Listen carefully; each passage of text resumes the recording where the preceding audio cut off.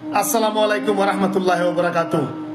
আমি বিএনপির সকল ভাই বোনদেরকে এবং সোশ্যাল মিডিয়াতে যারা কাজ করেন সকলের দৃষ্টি আকর্ষণ করছি, আপনারা সবাই আজকে আমার এই ভিডিওটা দেখবেন, শেয়ার করবেন। তারেক রহমানকে ঠেকাতে মরিয়া ভারত। প্রিয় দর্শকবিন্দু, এক তারেক রহমান, তাকে যেন ঠেকাতেই হবে, সে যেন বাংলাদেশে না আসতে পারে, এমন ভাবে আজকে ভারত প্রশাসন, মোদী প্রশাসন উঠে পড়ে লেগেছে। তার একমাত্র কারণ হচ্ছে তার জনপ্রিয়তা। আজকে তারেক রহমানের জনপ্রিয়তা যখন তুঙ্গে সারা বাংলাদেশের মানুষ যখন তারেক রহমানের বক্তব্য, তারেক রহমানের আচরণ একদম হৃদয়ে গেঁথে ফেলেছে, তখনই তারেক রহমানের বিরুদ্ধে গভীর ষড়যন্ত্রে লিপ্ত হয়ে গেছে আমাদের পার্শ্ববর্তী দেশ ইন্ডিয়া। আমরা সজাগ থাকতে হবে। জাতীয়তাবাদ পরিবারের বিরুদ্ধে এক গভীর ষড়যন্ত্র চলছে। এই ষড়যন্ত্র জাতীয়তাবাদ পরিবারের সবাই রুখে দিতে হবে।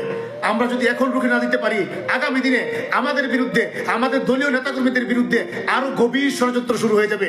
পলাতক ইন্ডিয়া প্রধানমন্ত্রী, অর্থাৎ সাবেক প্রধানমন্ত্রী ইন্ডিয়া পলাতক, সে গভীর ষড়যন্ত্র লিপ্ত হয়েছে ইন্ডিয়াকে সাথে নিয়ে, মোদী প্রশাসনকে সাথে নিয়ে। আমি ধিক্কার জানাই, আমি নিন্দা জানাই এই ধরনের পদক্ষেপকে।